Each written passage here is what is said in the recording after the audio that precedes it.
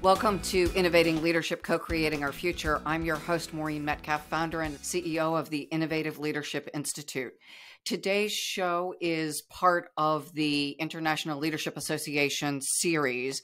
And with me on the show today is Betsy Myers. Betsy was the annual global conference chair for the ILA conference in 2022. She's a renowned expert on emerging leadership trends and women's leadership, and is the author of Take the Lead, Motivate, Inspire, and Bring Out the Best in Yourself and Everyone Around You. Betsy, thank you so much for all you did with the conference and for agreeing to be on our show today. Absolutely. It was great meeting you there too. So you have a brilliant CV. Can you tell our listeners a little bit about you before we jump into a conversation about what you're thinking about leadership as we go into 2023? Well, I guess the biggest thing about my passion for leadership has just been my whole life, because I've always been curious about why people do what they do. And I kind of got this, my father was an executive, in the aerospace business, and he'd been a test pilot and then at Lockheed Aircraft, and he was head of Skunk Works for a while and moved up to other roles in the company, but he was very passionate about leadership. And so he was the first person who started reading books like Tom Peters' book and other things like that, and became kind of curious about leadership. And my mother went back to school when I was a teenager and finished her degree and got her master's in psychology and taught women's reentry programs at a local community college. And so she was the first one I got kind of interested in women's leadership. And so it kind of came from childhood, where all my life and career, I had some aspect of leadership or women's leadership. And I found myself, in positions I worked in government for a while. I had a job at running the Office for Women Business Owners at SBA. Then I went to the White House, and I was President Clinton's senior advisor on women's issues, and then went to grad school and at Harvard and got my master's there and stayed on, ran a leadership center with David Gergen. And that was where I kind of got the academic aspect of leadership, right? And so, and then had a couple other stints. I worked for President Obama in his first presidential campaign, and then ran another leadership center at Bentley University on the advancement of women in business. And so I've kind of had this, all through my life and my career, kind of these positions where I had the experience to lead and teams of various sizes and commitments and goals. And then the last 7-8 years, I've had my own business where I've been working inside corporate America on leadership development, speaking, training, and that kind of thing. So the older you get, the career it's this long winding road of your career, and it's like, where do you even begin, right? But I think my North Star has always been my fascination with leadership and women's advancement. So let's go then to women's advancement. We're at a point in time post-COVID where we've seen women engaging in the workforce dropping off because of all of the factors that we're aware of, and probably some that we're not. What are you personally thinking about how we re-engage women as the world of work changes and as the support systems change? So are you talking about post-pandemic? Post-pandemic, because the pandemic impacted, but that intersected with, I think, a point where women were starting to gain traction. Yes. And then during the pandemic, childcare closing down. Yes. Women taking bigger roles at home, in many cases falling disproportionately to women, meant that their ability to work at the same level outside of the house was significantly impacted if they ever wanted to sleep and shower. Right. No, the pandemic had a big impact on women, and a lot of women found themselves having to quit their jobs to deal with it's hard to have a job when you have toddlers or small children in the house that are also dealing with virtual going to school and that kind of thing. So it was a very difficult time that we saw. But, one of the things that I'm seeing, the positive part of the pandemic on women's lives, is that companies used to say, what's the number one issue that we need to get our arms around for not only the advancement of women, but also the retention of our workforce and the younger workforce that was coming in, the millennials. And I used to say, you have to figure out flexibility. That is the one area. You can do all the fabulous programs inside an organization, but if I can't manage my life, at some point, I just can't manage my life. And so women make decisions around that, right? What's going on at the family. So so I used to say, the old model of leadership, which was, and a lot of the baby boomers, that's what we grew up with, right? Which was you just work really hard, you work whatever hours you have to, if you have to miss a vacation, you do, or your kid's birthday. The younger generations are like, we're not doing that, right? So it's not just we found in the workplace, it wasn't just the struggle with women's advancement that we haven't made the progress that we should have, but it's also these younger generations coming up saying, hey, we want to be able to not, that old thing we used to talk about, balancing. That's an old way to describe it. What modern workers today are looking for is the integration of work and home. So it's kind of, and the interesting thing about when we talk about women's advancement is that the millennial generation, which is now turning 42 this year, the oldest, right?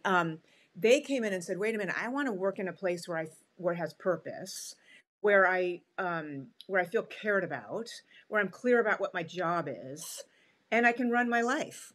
And what's interesting is that they were pushing on this before the pandemic, right? You've seen this over the last decade, but this is exactly what women leaders wanted. So in a way, what the gift of the pandemic was that companies realized, wow, we can create flexibility. We can have a hybrid working environment. People can work from home and be productive, because that was the feeling, right? Well, if people are working from home, they're really not working. So that really threw itself on its head.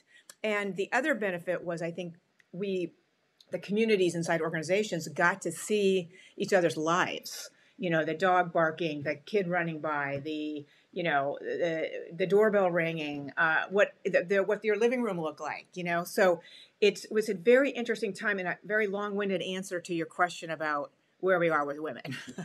So there are several things you said that resonated with me. Coming out of a consulting background, we didn't go in the office anyway very often. We had hoteled offices 30 years ago, I think. So, I'd go in and there's a tote that I'd roll around to an office when I was there, but I was mainly with clients or, Right. working from an airport waiting room or the floor in some place while my cord was plugged into a wall outlet and there weren't enough in the airport. And, that was just life. So for those of us who grew up in that setting, we never believed that you had to be face to face with someone because we didn't have that luxury. The people I worked for, the consulting firm, rarely saw me. My clients thought they needed to see my fanny in a chair, so Right. they got to. But frankly, when a flight was delayed, it wasn't like I wasn't working. I was just seated elsewhere. So this idea that people aren't working, it seems ludicrous. And I know we still have people who say that, and there are some people who don't work. Right, of course. And they're also playing solitaire in the office. Of course. So if you're not going to work, you're not going to work. Right. And if you're going to work hard, you're working hard from wherever you're working. Right. I mean, that's one of the things that we saw, we've seen for years, which is women and men who have children or family obligations who say, let me leave at 3 to go get my children. Once they're in bed at 7, I will get back on and do work at night, right? So it's allowing people to work in a way that they're able to manage their life, and that's the tricky question, is being able to set so that people know what success looks like, what are they held accountable for, and then treat them as adults that they can do their work, because you certainly don't need to be in the office answering email anymore. You know what I mean? We don't have a new normal yet, but what we're seeing is that we have a hybrid model for most companies, and that time in the office is not alone on your computer. It's where you have team meetings, collaboration, opportunities to come together for innovation and creativity and relationship building, right? So that things are changing, but we aren't quite there yet to be able to analyze exactly how the future is going to look. Well, and it's going to look different for different organizations, because there's still a lot of people who go into the office, they find that everyone's sitting in their office on Zoom when they're in a meeting together. Right. Exactly. So we need to figure this out. It'll be different by industry. It'll be different by, the tech industry is going to, presumably more tech savvy, is going to have a different norm than a lower tech environment. Right.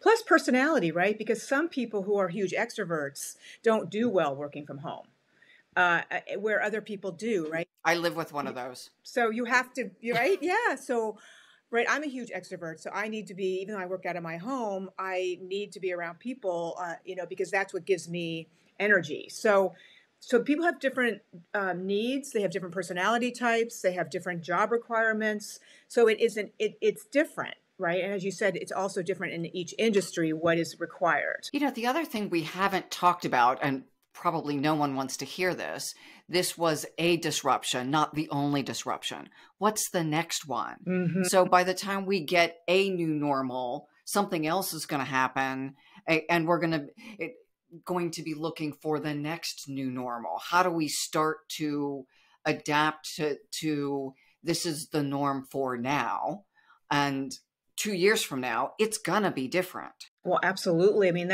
what's the one thing we can always count on? Change, right? And that's pretty much life, though, because nothing ever stays the same for very long, right? And so leaders have to be able to look into the future and have a vision and be able to, tact and make changes in preparation for things that we don't even know are going to happen, right? So it's fascinating, and I think that's what makes leadership interesting, actually, because it's and then you have new generations coming in, right? Now we have the Z's coming in, and they have different parts of them and different interests. And so, as leaders, as we're managing people and workforces, but it's also like when you think about a worker that would come into your organization who, then gets married and has children and then has different needs, right? So I was able to work 80 hours, but now I have a toddler. Or I have a dog at home, or I have a spouse that needs me, or a mother that's ill. So that's life, right? Right? When we think it's all figured out, then something happens, right? And so you're like, oh my God, I thought I had this all figured out. But I just think that's what life and leadership looks like, is keeps it interesting, right? So how did you learn to be adaptable? Because everything you're pointing to is the thing I call the mind of the scientist, that I know with some probability something's going to happen, but I don't know what it's going to be. And what I know is I have to have the capacity when the next thing happens to formulate a hypothesis, change my behavior, help my team move forward. And all of that is based on some level of competence, but certainly no level of certainty. Right. I think it's just, I've always been a big risk taker. And my sister, Dee Myers, she and I we talked about this a lot. And there was something about our childhood where there was a safety that we felt, but also the ability to take risks. So it's something that's kind of in both of us, because I think if you have a risk-taking mind, you're kind of what's around the corner. That's pretty exciting. And I don't really have it all figured out, but why not? And I think that's kind of where in my life, it's taken me to, walk away. So when I was at Harvard, and I loved my job running the executive director of the Center for Public Leadership. And then all of a sudden I had this opportunity to go work for Barack Obama. In 2007, it was like, wow, am I going to walk away from my really great job that's kind of, stable and steady to go work on a campaign that is not stable and steady? But I was like, oh my God, we had just been studying Barack Obama's leadership at the center. And it was like, oh, I want to go watch this in action. And so you kind of just take those, I guess it's maybe a curiosity, risk taking with curiosity of like, well, what's around the corner? What's next? And I've always had this attitude that as long as it's not life or death, then we pretty much can recover. We look at leadership mindsets, and one is innately curious, which I would say aligns with the growth mindset, that I'm always learning. And there is a stability, even in uncertainty, when I know I can get through whatever comes up. It may be hard, right? Yeah. I don't have any sense that it's going to be easy, but I don't feel like I'm going to die. Right. I mean, I think that's the biggest thing, right? It's like you're not talking that someone's going to die here or you're going to die. It's just like, oh, this is a new adventure.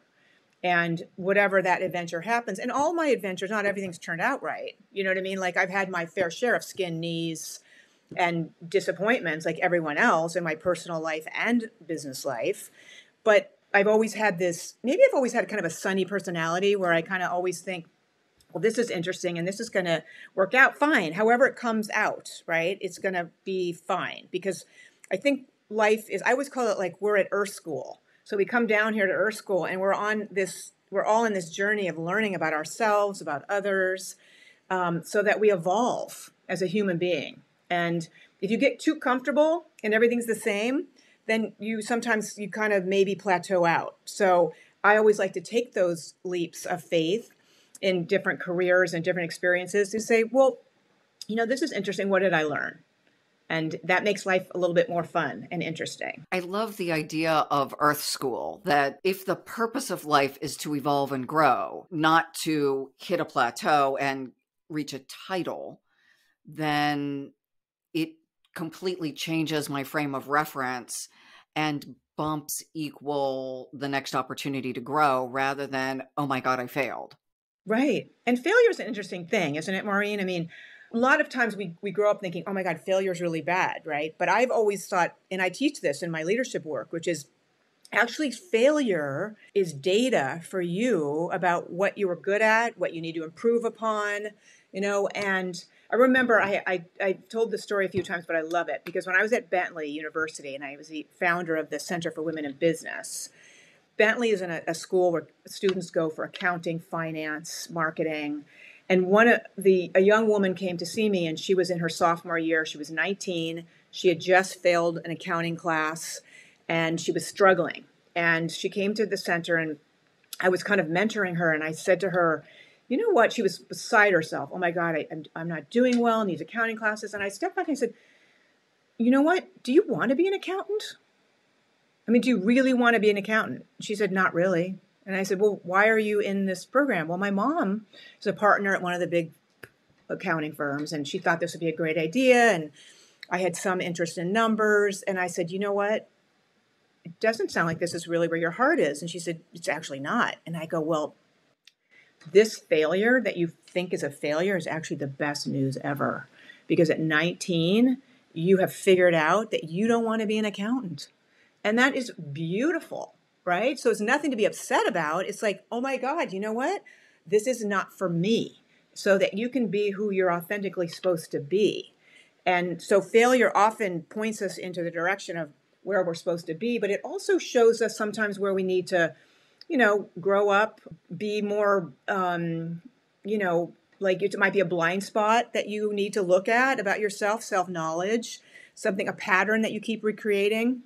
Or keep persisting to say, wait a minute, I need to deal with this because I keep seeing this in my life, right? So it's all data for our growth.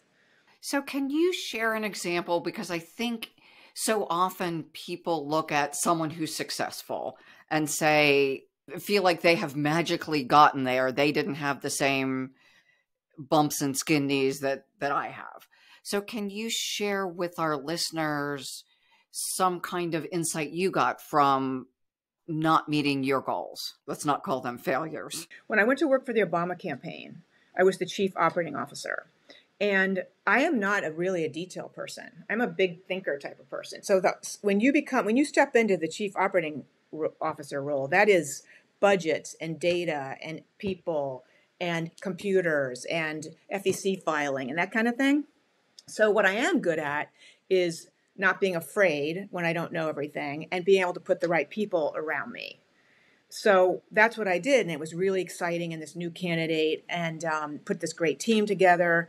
But as I went through the first year of a campaign like that, you're only dealing with 4 states, right? So Iowa, New Hampshire, Nevada, South Carolina. So you can manage it, but you're moving to a bigger campaign where now we're going to go to Super Tuesday in 20 states. And so as I did that year, but it wasn't, I was struggling because it was a really, long days, all of this kind of numbers and detail and stuff like that. So my heart wasn't singing. And I wrote about this in my book, actually, because I could do the job, but it wasn't really where I was flourishing. Because sometimes we can do it. You find that a lot where you can actually, I can do the accounting, but my heart's not singing. At the same time, I was getting asked to go out into the country to the different states by the state directors to come speak on Obama's leadership, women in Obama. So I started to go out into the country and go and do this speaking. And I came to a crossroads where I could continue being, I couldn't do both, and I was the chair of Women for Obama. I couldn't do both, so I had to choose. And so with the leadership of the campaign, we decided that I would let go of being COO in 2008. My deputy would step in, and I would move out to the country. And any decision like that, you move away from the center of the decision making and the team to go out to do something different. However, I was never happier. I went out into the country, and the state directors would ask me, would you come to Indiana for a week? And then the different young people who were running the different offices would say, can you come here for 2 days, 3 days, like that? And so I would go do anything, town halls, office visits, difficult constituents, whatever they needed me to do. And I really saw the campaign from the bottom up. The interesting thing about this was this decision. I wouldn't say that I failed at being COO. I'd say it wasn't where my biggest strength was, and it wasn't where my heart was, right? So this job out in the country was where my heart was. Well, the thing was about it that when we move towards our authentic self and the thing that brings us energy, I always say, that's how you know, just am I getting energy from this position or this experience, or is it draining me? So I had so much energy, and I was out there talking about the Obama's leadership skills and what we saw in the campaign and how he'd be a leader and working across the aisle. And that all prepared me for my book, because had I only stayed in the office in Chicago and only been the COO, I would only seen the campaign from top down. But being out in the country, the gift of that was that I really saw the campaign from bottom up, which was the impetus for my book and stepping into the speaking world and the world of leadership development and consulting.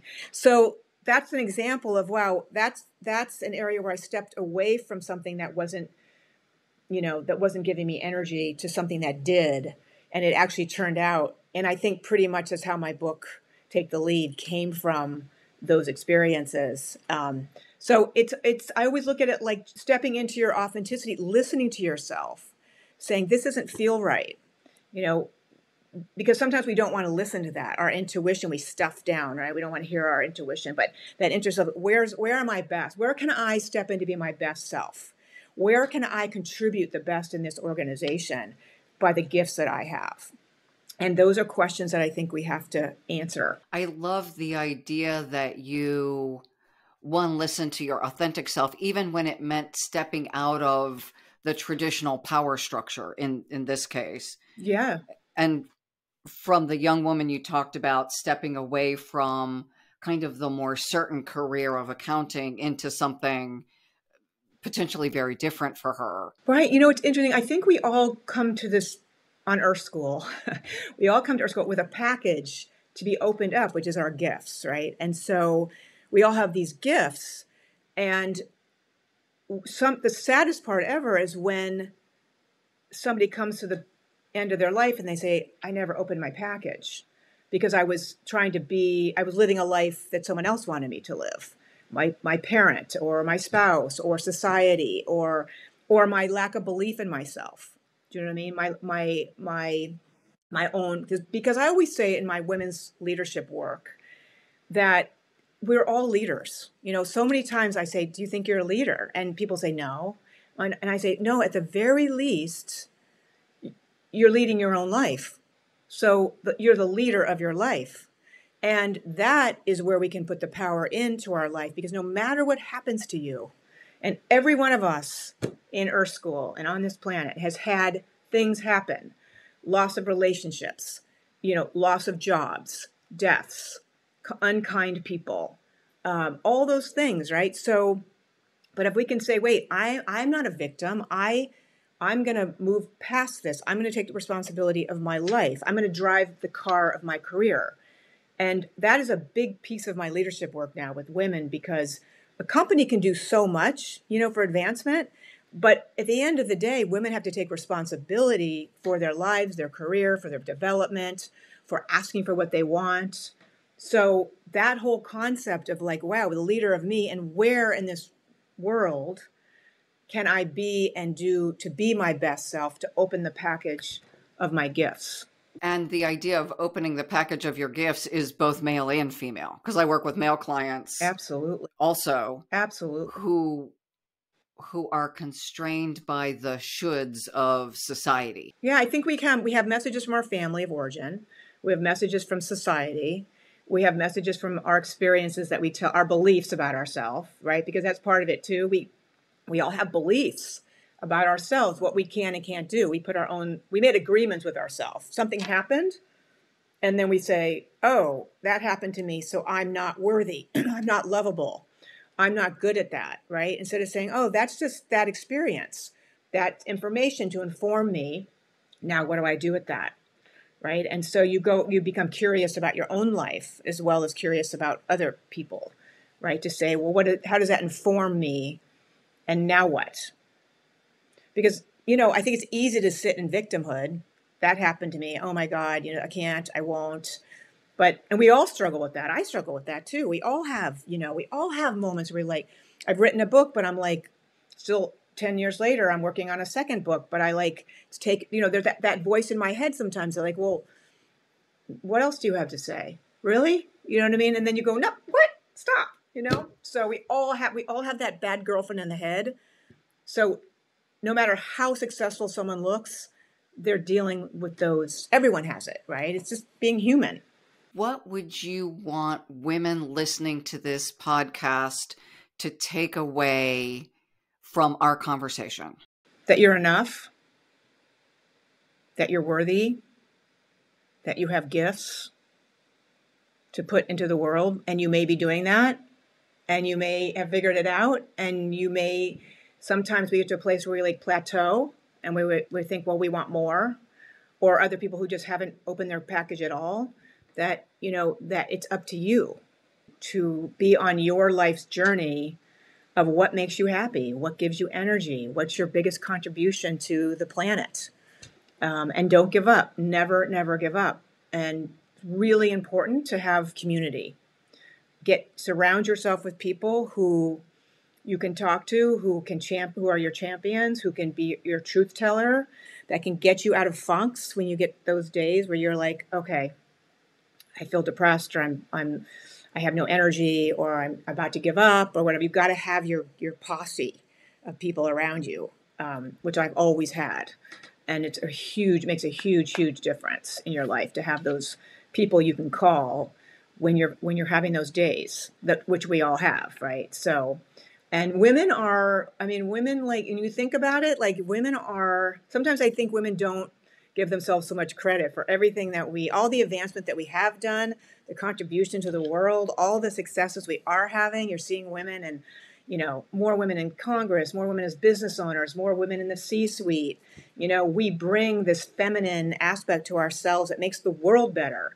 Listening and collaboration and connection. I mean, that's what the feminine energy, and there's this movement in the world towards this feminine energy. And that's the work, of my head and heart work, which is men and women. What's successful today in leadership is the integration of the head and heart. The head, the thinking, the masculine part of ourselves, the numbers, the data, puts the purpose into your organization. But it's the love and care and heart and empathy and vulnerability that we're all talking about now in the leadership field that puts the passion with your followers, right? That puts the passion into your organization.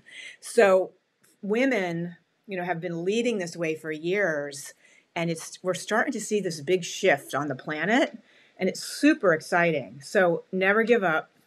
Know that you're enough, and know that your gifts are needed on this planet. Beautiful. Now, because I heard you say head and heart, integration of the two, what do you want men to hear from this? Because this isn't just about what women take away. It's also our advocates and our male colleagues who also need to act with heart, just like we need to act with head. It's not an either or. The integration is crucial for good leadership. Oh my God. So I do a lot of this work with banks. And so I do work a lot with male leaders. And it's the same for men, which is, I think the old leadership model was a transactional model, and now we're moving to this relational model, which is the head and heart model. And for men, it's the same thing, which is that to be a successful leader today, because leadership's about getting results. So at the end of the day, right, what gets results? So that old model of do as I say or else is no longer effective. It's like really not effective. And so for men too, it's like, how do you, I always say a lot of men, like in the banking professions, accounting, insurance, real estate, they're really good at the head. And so it's like, keep doing that, just add heart. So it's not like we're not asking for a full change of who you are, but we're just saying add the qualities that get people to follow you. And when people feel cared about and valued and heard, and that you're open and vulnerable, and then they connect and they're their best selves. So it's the same for men today too, is how you integrate the head and heart. And I have found in my work that male leaders are really open to leading differently. It's almost like society has for so long has told them, don't feel your feelings, never cry, be a man, right? And that is like, it just keeps men, keeps men from having this, from who they really are. It keeps them from being their authentic self, right? Because if you're trying to tamp down or stuff down a whole part of who you are, so this model is really giving men permission to like step into their heart. And I have found men love this. And so I want to unpack that a bit, because I'm thinking for some men, they're saying, thank you, thank you, thank you, perfect. And others are saying, this is more of that touchy-feely crap and I can't do that. Yeah. So what do you say to those? Because I don't hear touchy-feely. I hear we all have feelings. We're physiologically wired to have them, and I can own them and act with care for the people who follow me. It doesn't mean I have to run around hugging people or talking about my feelings all day. I don't hear that at all. So can you speak to that faction of folks who say, like, I'm turning this off now because I can't do that? Yeah. Well, you know what? Yes. And you basically said it perfectly, because the truth is that, it's everyone in their authentic self has to do it in their own way. Right. So not all men are the same. And so some men are more open and others are less comfortable, but it's doing this in your own way. It's really about how you connect to your people that work with you. And so it's how you build relationships with the people around you. And you do it in your own way, which is connecting with them, talking to them, having a relationship with them, willingness to ask questions about what's going on in their life, or when something is going on in their life, acknowledging it, So it's things like empathy and listening, right? Which is not touchy-feely. It's just humanity. And, it's that, right? And I think men are already doing, I'm seeing this all the time in organizations. When you look at the greatest leaders of all time, they had the integration of the head and heart. Like Nelson Mandela, right? Like he's a perfect example of a man that walked in love. And, so when you look at men who we love and who are great leaders, they have this aspect of them. The old model, is of that Jack Welch model of slash and burn is an old, outdated, no longer working model. I absolutely agree.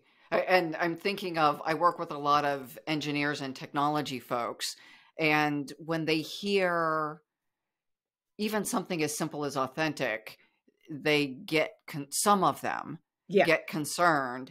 And yet, as I work more closely with them, some of them are the kindest, most caring people in the world. Yes. So it's not that they don't care.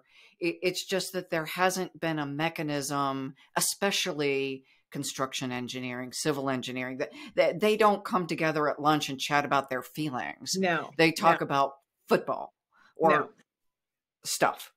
But you know what male leaders are very interested in is getting results. Yeah. So when you're looking at the issues of retention, engagement, success with the people, on your team, this is about getting results. This is a new model that is necessary for the modern worker and the modern workplace. And so it's kind of like what I think a lot of men go, oh yeah, I'm seeing, oh, if you have massive lack of retention and massive lack of engagement, and we have this old leadership model here, maybe I need to evolve, right? Because it's evolution for all of us as human beings about what once worked doesn't work anymore. It's Marshall Goldsmith work. What got you here won't get you there. So you got here on a masculine model of leadership or a head model of leadership, but to get here in 2023 and beyond, you've got to add skills that touch on the heart, and that's what keeps people connected and wanting to work in your organization. The quiet quitting and the great resignation and all that is all tied to, the younger generation saying, I don't have to work for a jerk anymore. The number one, Christine Porras research, she wrote a book on incivility. Her research showed that the number one issue of a leader's failure today is abrasive and bullying leadership style. So you will fail. So one of the things in my work with some of these gentlemen is I'm willing to do it, but I don't know how. Yes. And so the thing I would say, and I do say, is if you learn to be a good engineer, if you learn to be a good technologist, if you learn to be good at your physician, clearly you can learn stuff. It's just a new skill. It is. Right? You're learning emotional intelligence just like you learned engineering. Yes. You're taking on a new sets of practices. It's not some mysterious thing that I have to, go to a shaman for. It's humanity. I'm not opposed to shaman, but it's nothing to be concerned about. It's just a different application of your ability to learn. Yes, it's exact, and that's the sessions that I run and teach is all about how do we step into that heart part of our leadership. And what does that look like? And how do we do it? Because again, you're right. Some people just don't, what does that even mean? Right. So, and it's simple things, right? So it can be just, having a staff meeting and asking your team how you are. It can be walking the floors of your organization and popping in people's doors. It can be remembering people's birthdays and writing a note. It can't, so there's a lot of ways, and it's also stepping back and saying, am I a good listener? Because part of this is self-knowledge. So it's really important as leaders when you and I do a whole piece of this in my head and heart leadership work, which is we got to start with self-knowledge, because how are you showing up? So a lot of times we don't understand totally how we're showing up, and so I have ways that, questionnaires and things for people to ask the people around them. I always say ask people at work and at home, so, and ask things about, your listening and your care. And so you start there, like, well, so how am I showing up? And what's working, right? And then being able to understand, well, what are we talking about? How do I listen? How do I interact with my employees?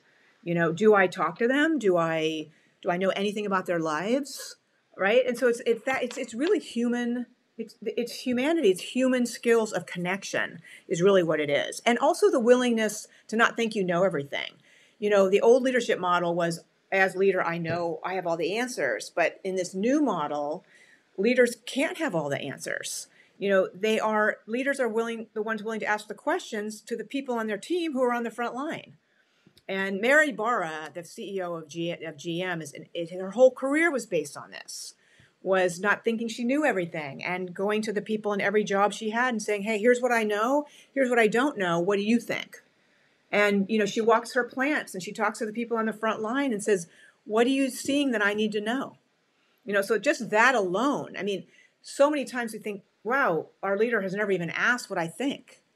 Do you think they know it? Do you think they know it all? Or and in some cases, I'm sure they do think they know it all. I wonder how often leaders just don't want to acknowledge to their people that they're just trying to figure it out too. Yeah, but yes, because that's the old model. They don't want to, but here's the thing. When you realize that leadership gets results, and actually the answers are all with my team, if I just step out of this old way of thinking, because you have to be an evolving leader, and realize, wow, if I spent time asking the folks around me what they think or what they saw, or if you really have guts, what are the behaviors I'm doing as your leader that are keeping, us from being our best selves? Those are gutsy questions. Yeah, I was going to say that takes a ton of courage. I remember a moment where I thought I was supposed to know something. Someone asked, and of course I didn't know. And that feeling like, oh, I should know this. It felt bad. I mean, it's easy to say you should just ask people and feel comfortable not knowing. But I grew up in a world where, as the leader, you're supposed to know stuff. And when you don't, you're deficient. And getting Right. comfortable with that level of not knowing took a lot of mental gymnastics for me. That also taps into the issue of transparency, right? And vulnerability, because all of these issues that we're talking about are how you connect with people. So my leader is transparent about what they know and what they don't know. And they're willing to ask us, right? And so those are what connect us to you, to the leader, because it's all about connection. The other thing I needed to learn how to say was not, I don't know, I don't have any clue, but here, because no one wants to follow a leader who's clueless, Right. but here's what I think is the direction, and I'd like your input so we can build on it. Yes. So finding an appropriate way to say, I have a point of view. Yes. And I realize it's incomplete, because the thing I would say off the top of my head is, I don't know, what do you think? And that does not instill confidence. Yeah, you can't say, I don't know. I don't know. But here's what I know, right? And here's what's going on in the organization. And here's what whatever our goals are. And here's what I think. And now what do you all think?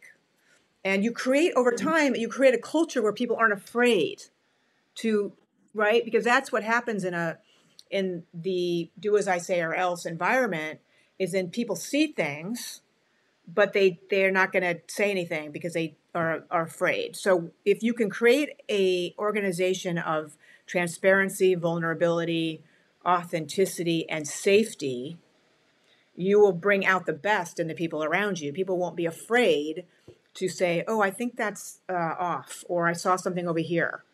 And it's really, really, really effective. It's interesting, even in my small organization, where do I go to the people who report to me, and where do I go to their folks? And I realize people are still, even in our organization, fairly traditional, where I'll jump the levels and just say, hey, I need this now. And how do they respond to me? And how am I asking? I'm just super conscious of how those transactions are happening, so that I do create the culture where I don't have to go through the levels. I can just reach out to someone on Teams and say, hey, I need this, and have them not be scared of me. Right. Because I don't think they should be scared of me, but that doesn't mean they don't think they should be Right. scared Well, of me. it's a question to ask, though. Those are gutsy questions. If you think people are afraid of you, you say, are you afraid of me? Is there fear in the organization? And where do you see it? And, how would you like it to be different? This is about real conversations, with people on your team. And that's, again, the connection. When people feel connected, Mm-hmm. they feel passionate about the organization. They feel connected and passionate and part of something, right? That's what we're trying to get at here. And it changes everything. And, sometimes people say, oh, it's too much in the heart. But the truth is that part of the integration of the head and heart is also being very clear about what people's jobs are, how they're held accountable, right? So it's not just, all love and care and kindness. That's half the equation. The other part is that people are clear about what their job is, and that but they feel like there's support to accomplish their job. I think that's a really important point, especially for someone new stepping into this. It probably feels like stepping into the abyss, and I'm never going to get there. Or now you want me to spend my whole day wandering around chatting with people, not doing the work.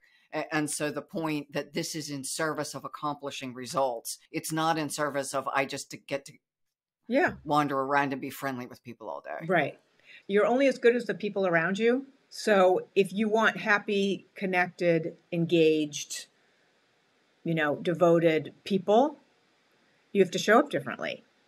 And I mean, we all know we've always had those bad bosses, that were unkind, that we were afraid of. Were you your best self? No.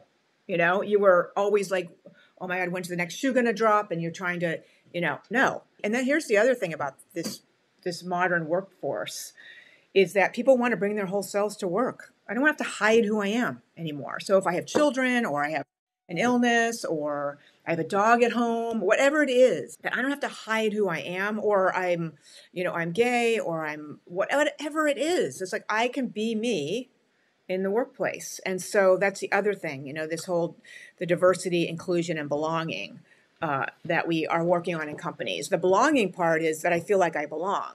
And that's how you know that the diversity and inclusion efforts are working. So it's creating an environment where people belong and feel like they're part of something. We just went on vacation. My partner Mike and I were the only white people in a group of 36 on a tour. It was not intentional. We just picked the group we were going to go with. And it was interesting being immersed as the minority for people who are never minorities. As white people in the U.S., we are never the minority, or at least most white people in the U.S. don't have that experience. And so I wonder on the DE&I side, how are we encouraging people to immerse in the experience of not being the center? And we were in Egypt and Dubai. So we were in Arab countries, predominantly Muslim, as white people in a group of people who didn't look like us. So not pat me on the back, good for you. But it was interesting for on many levels to be immersed in a different country, different language, different traditions, especially Egypt that is still, I think, predominantly Muslim. What are the traditions? How do you stay safe in a country whose beliefs are different than you are? You don't walk around in hot pants and even though it's warm, and tank tops. It's just, I guess one could, it's not respectful. Right. How do you adapt, and how am I authentic and respectful? I'm going to be authentic, so I'm wearing something and I don't care what you think. Well, I think the respectful part, right? And then what did you take away from this experience for your own leadership? I'm still processing, honestly. It was interesting, just the idea that I had to add the thought layer of how do I dress, how do I behave, how do I speak, how do I show up differently in an environment that is not the water that I swim in. Right. And we have employees on our teams, whether they're gay or Muslim or ethnically diverse, that have to make that translation in every single meeting they show up to. Yes.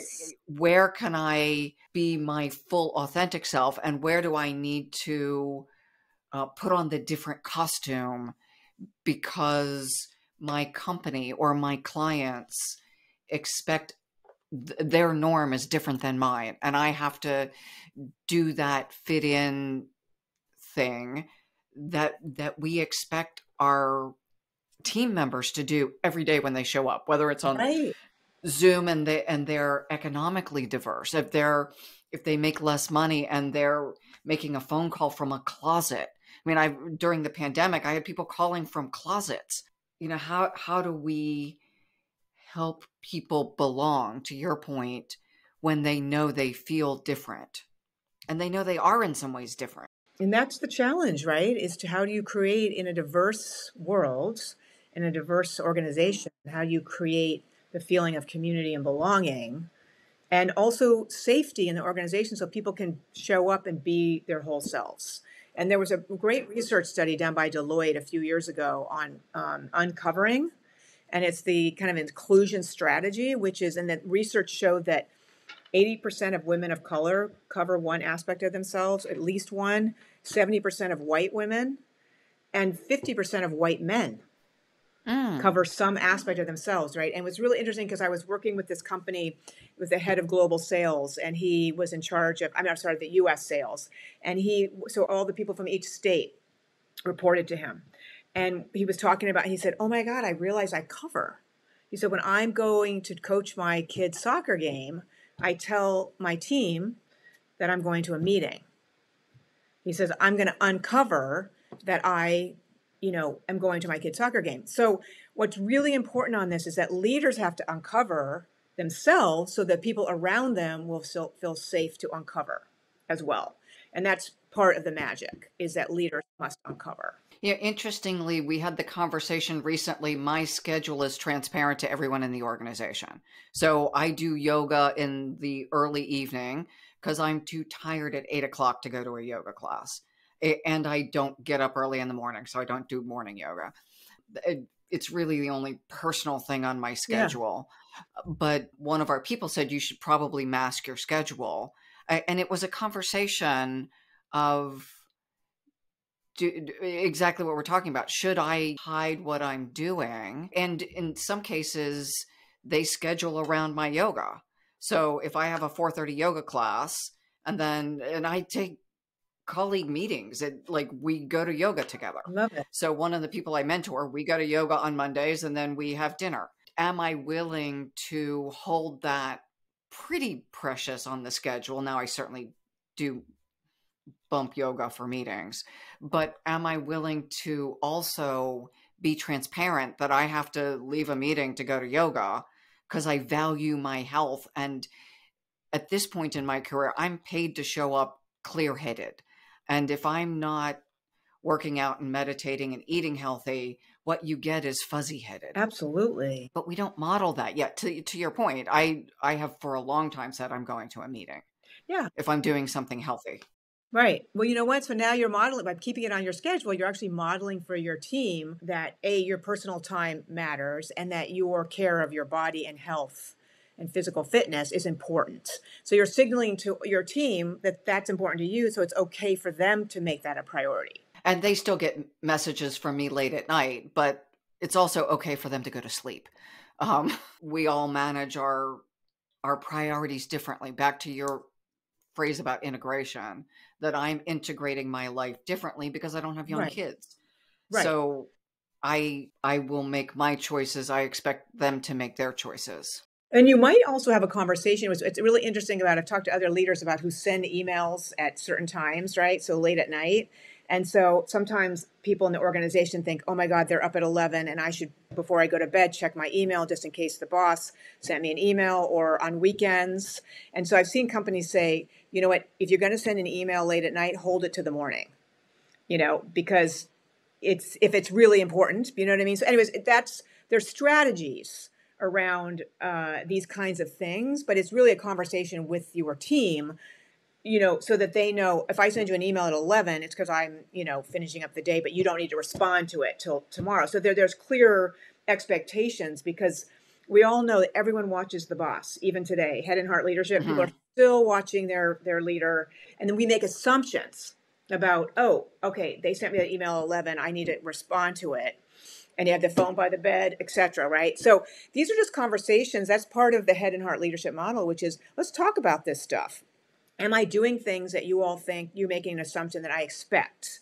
Right? And then have this conversation about, well, this is how we're going to have a balanced workplace, or this is what, now I know how you feel about this. So don't we as human beings want to have real conversations with people around us, right? We do. And I actually were on Teams a lot at night.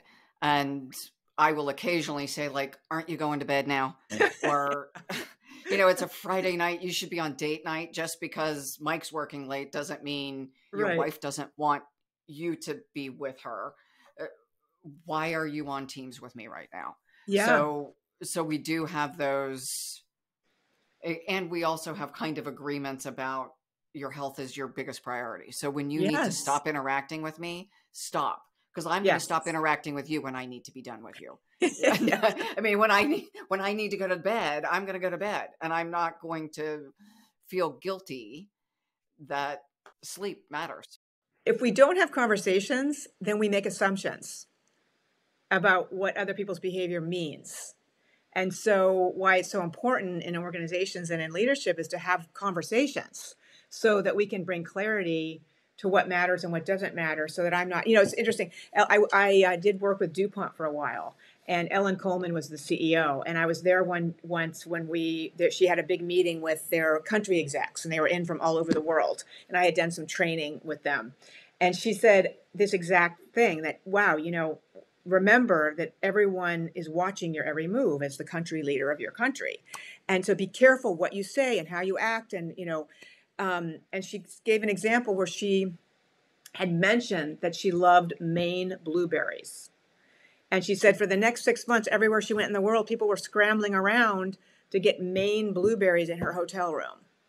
And she said, it was so, I finally had to say, please, you guys, I just said I like them. You do not need to get me Maine blueberries. But that was a great example of people are watching, how do I make him or her happy? And I'm making assumptions about what they want. So the more we can have real, deep conversations with the people around us about expectations, culture, behaviors that are inappropriate or are taken in a different way, real heart-to-heart conversations that make a difference. And again, goes back to the connection. Your people feel connected to your organization and to your purpose. I worked in a military organization for a while, and it's a similar story. General officer walks in, and I don't remember where it was. This may be urban legend at this point. And he said, wouldn't it be nice if we had white rocks in the garden out front? And the story is then people were out like the next day painting the rocks white. Now, why they didn't buy white rocks, I don't know, or why that made sense. Right. But it certainly reiterated the point that not only do they watch us, but why didn't someone say, like, that sounds dumb to paint? Well, and probably the person painting the rocks did say this is dumb, but we didn't have a level of transparency that said, of the limited time we have in a day, painting the rocks in the garden white is not a good use of our resources. How about the safety to go back? If you create an organization that there's safety, then the boss says, wouldn't that be nice that those rocks are painted white? Then someone goes back to him and says, you just made this comment. Were you expecting that to happen, or was that just a comment? Because you're not afraid, to questioning assumptions. Yes, questioning assumptions. President Clinton, it was an honor to work for him in the White House. And I will tell you that one of the things I took away from that experience was that the president, he created an environment around him where he thought that his senior people were experts in their area, and he treated us that way. And so we weren't afraid to tell him if something was bothering us, or if we disagreed with him or something in the administration. He didn't always agree with us back, but he created a zone of safety. And I was a better leader for that, because I wasn't afraid to share what I thought. And very important. So as we're wrapping up, because you've worked for Bill Clinton and President Obama, what were some of the biggest takeaways you have for what made them exceptional leaders that our listeners could put in practice in their own lives? Well, Bill Clinton was the master he had this ability to make everyone around him feel that they mattered. And I think the key point of my book and my take on leadership was that leadership creates a feeling. And when people feel valued and included and part of something, they show up as their best and brightest selves. And that really was how he lived, how he treated his team. And he would do simple things, like if you had an event with him and you saw him 2 weeks later, he would actually stop you and say, Betsy, that event we had was this, that, or the other, and this is what I learned. He took time to say thank you. One time we did an event in the White House. He was very happy about it. And he had vetoed a piece of legislation. And I had a big role in this veto ceremony and the people that were there. And I got a message after the event that he wanted to see me. I went into the Oval Office, and he stood up and said, thank you for the great job you did. And he handed me a pen that he had used to sign the veto and put it in my hand and said, thank you for the great job. Now, that was a 3-minute interaction. And I say to leaders, wherever you are, that was 20 years ago, more, 25 years ago. I still have that pen, and I still am telling you this memory 25 years ago because it touched me so hard. And I walked out of his office with more motivation and more excitement to be part of his team. So leaders taking the time to say thank you to your people, to notice when they've done a good job, to see them in the hallway and stop and, say hello. That was Bill Clinton. You just felt like, wow, he values me. So I would say that. Obama was who he was as a man and what he stood for. He had integrity, deep integrity. That his words and actions, that they were the same. Like he had great integrity and great passion for what he wanted to accomplish. And his speaking skills as an orator were just amazing. That was, as most presidents are, but I think Obama had an unusual ability to connect with people in his speaking. So both of them brought some of the same. They're both so smart and educated and well-read people. So I think that's the other part as leaders, is that we have to be curious and interested and willing to keep up on all of our areas, both as authors and educated people. So I learned a lot from both of them, and it was a privilege to work for them. And both of their leaderships kind of informed my work. I mean, Obama was very authentic. That was the other thing that Obama brought, was he was authentic. I am who I am. I like who I am. He was very humble. He was very humble as well. So one of the first times I met him, David Gergen and I had brought a group of students to his office when he was then senator. And he was telling the students about when he lost his first congressional race to Bobby Rush. And he was talking about how Michelle was mad at him. He had no money. His credit card, he went to try to go to the 2000 convention and his credit card declined. And anyways, he was regaling people. Instead of being like, look, I'm a senator and look what I've accomplished. He was like telling us, like, never give up. And this is all part of the journey. So I think Obama I love that about him too. Just very authentic and willing to be, this is who I am. That's brilliant. Thank you. One of the competencies, so we have 7 mindsets that we say make exceptional leaders, and one is this professionally humble.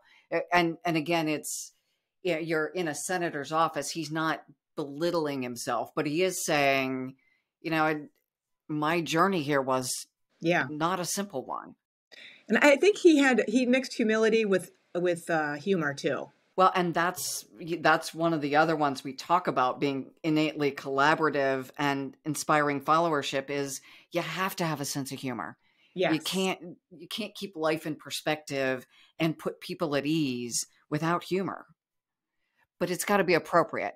Oh, totally. Just Obama campaigning recently in Georgia, he was funny. He would get up there and he was like, I was listening to him and he made me laugh. And so he always had a great sense of humor. And so anyways, it's every leader, no leader is perfect. I always say leadership's messy. So we bring ourselves into this game of leadership, and, it's all part of our Earth School, right? And so, we're all, I think, human beings, we're all flawed and on this journey to be our best selves. And so it is a journey, and but it's exciting and, and part of what life's about. Betsy, thank you so much. How would our listeners find you if they want to hire you to speak? So my website is betsymyers.com. And so just go on my website and they can put in is the contact form. And Myers is the spelling of Myers. Yes. And yes. And I assume also LinkedIn. Yes, LinkedIn is another way to reach me. So thank you so much for sharing your wisdom. Thank you. It was wonderful chatting with you and it was a really fun conversation, Maureen. Thank you. And thank you to the International Leadership Association and to Betsy for managing this last conference. To our listeners, thank you for joining us. As Betsy alluded, everyone in the world has an interesting role to play at this point in time in history. And every one of our listeners is important for your contribution. So we thank you for joining us and learning. Please like us, follow us, share our interviews. And most importantly, we hope you feel inspired and take that inspiration into what you're doing in the world.